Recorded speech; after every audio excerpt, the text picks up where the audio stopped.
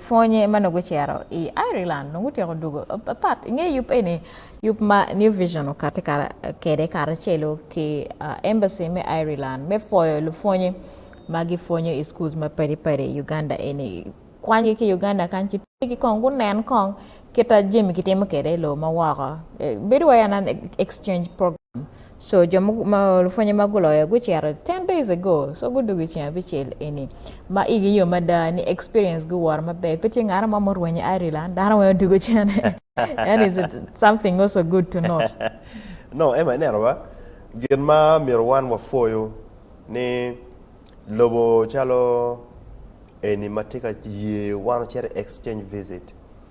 It is not easy me gwa ko joma duong kumaro penena pa in a foreign country. And to gen me cholo ticket full package accommodating them, taking them for a round trip for 10 days. Mero nyurni there's a lot.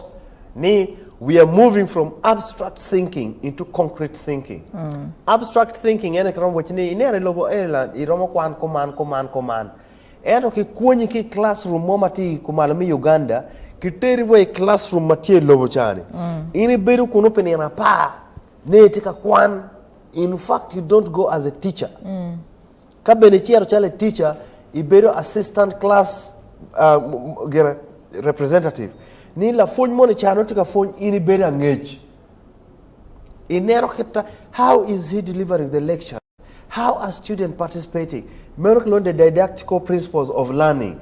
And neki wajini ini ngato charo gamge ki mago dugu ngato charo gamge wachini our prayer tini gimo ken mawunu nero kununi just pick one and implement in your schools. Of course, but amaro the that ne gino mo ken ma ene temo mir bet ki gana le mono ni refresher course pede rama temo gino mo ni constantly year in year out mir bet ki a time and place ma you sit back and you reflect and you evaluate ni gimati temna enene ti woten ben kwe rachiti kwe ngoma rama yupane ngoma ramo gana lemon watch learning and unlearning so Lupwonye ene very wise is a refresher ma wala watike ganne gana gufonye ne gubien gufonye ke Lupwonye magudong gang Uganda dak gena tika tamane ma pat dak ate tamane ni katam tika chake batike buses marom gen piyo bij ma ko chenjui ko malame Uganda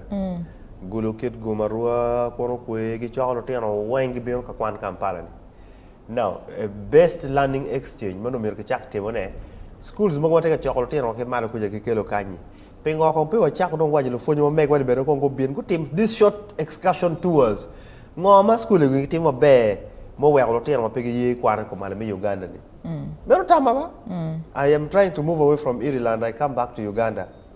Ni kala tien mono waje ana kwane school money Kampala school eni. Mo ngene school eni chokolo tien maromo gen Pierre Beach. Baya chiel po weng nyo baya ria dek. No ke pa batch company weng meeting lo tien wa mikelu gi kany. Simple exchange. Ngoma waro mo kwanye ki kumaluja. Wakelu gi kany. Wache ni ngoma gitimo be ma wan ko timo. Lessons ma waro kwanye ki kanyi. Kawa dwa gang kuja romo ter wakare mala kwe me lako wilu nyoro we are going young school ma megwani bene they have the capacity they have the potential Lupwonye pol palotin ko kar pen minero pen makar resaseni cherenen ko ngagi mako kar be ukelo uchi akelo kono girango nen I'm not saying ni it's being a populist idea chak nero ne ngagi maketika kar matek school mere kwe gu aki kwe majority aki tunkwe schools when me Kampala awachike nero polle most of the majority of the names lutieno kumalo no nyingi bene tima gitika rienyo full eno gitika kwan school ma to spread out within here now exchange ma wajin ba ema time lako riego pa lutieno wi Lupwonye kidong kwanye riego pa Lupwonye wi Lupwonye kidong kwanye lutieno bene me bini exchange visit Lutieno wakago ake kumala me Uganda kago biro ka tour ka nyinge kama kitargi kitar ka neno parliament but atamo loke me exchange program ne loka be ento gen mo kana be mamero ministry ma doro lokom kwana kongo ni standard obed marom ikar mayang no latine kere kwaro Sacred Heart pangar mo ni kwano na magunga pangara mo ni kwano kono bushenyi mo ni kono kwar tororo gaus weng no standard timarom man kumbeti in kanong megiti secretary pede ramo comparing ki pangar mo mati buddo no doc secretary la kan so kariben watin lokum exchange program mir kon ki nen ni la korigen man ene mo waro school kumbedi standards ne weng pat dana weng dong mir kwan na tin ye dong ki tun kumal me Uganda e kel tun kampala nyomo kono ke mete go kare pian me kampala nyomo kono doc standard de la mal we should strive ne standard tio marom kariti amoro kariti tororo kariti mbara iti masindi kono wakiso kono mukampala standard when you bed marom. But let me tell you something. Karamariza sudu ema amero wechi ne standard rom beti inero in terms of infrastructure kijimu kano peti maromi we and you'll be shocked. Ana bedo kaneno the 10 ingeka kere 10 best performing schools in terms of subjects. Schools chalo and girls school mateli yara eni abore girls trust me if you know most of the subjects maki beru ka kerne abore no take a shining in most of the subjects and ka ini beru ki kin gang ene chala abore now is not there. Why? Because down never school kin gang eni ko down kunyo pegi shining traditional school exactly la ko school kin gang eni ko. Now, one emiro chak ne how do we spotlighting? Mine ataka logani Emma. Okay, iri wa dugo. Lupwonye do dugo. That's okay. Spotlighting gon kil jo pa gubanya. Spotlighting miro wa nyut match maleng pagien school ngo amatika tema be. An manero aboke kita performing kwede. I have lutia na team manyira. Trust me, kono bibiro mwakadi. Wabi yele mi nane lutien ma me go dok kwa yini neno yini bi eno la nyure mena gwakpo bu yini tela tena wa boga kuja kwa nana now those are things your mindset ma mire be wala mindset mo miro kitem ni ke lare ento mi dugu chene topic mo wan te lore wati wachini kwanyo lutien wa mi teru ki kono kweni pobo logo system mi kwan ento gin mo logo system mi kwan en lo fonyi ma me gwaro mo karo ki gang kwan ma meggi chero kaneno ngo ki kome ma schools mo kente ka timone ngo ma wan romo timone piem ka ini won school tika kelu fonyi school ma megi ke tika fonyi ento pete ya po wilu fonyi eno ni mineno ngo ma nyen ma gen giro ma kwany ne gi chero ke fonyu ka gi dugu pe de chen foot baby log mo e ken piem mi achiel adek gena achiel lutino mo ni maki fonyu gi maki wache 3 iwi lutino wache firi pe le moro watika 3 firi indung pe ni angni firi but ina gen mo wati wache ne any tech in the young ni firi tia der.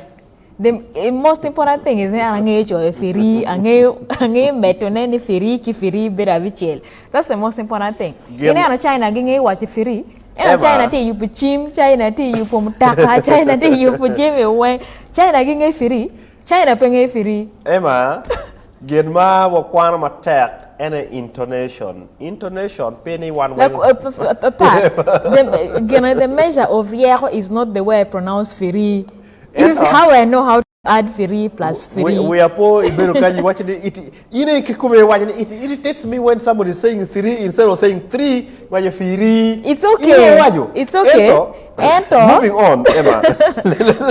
We have to move away from that aspect. Me judging, not pronouncing firi. Piano pronunciation no better tak geranyo raj gera. Ento no ngatinge kirme metone.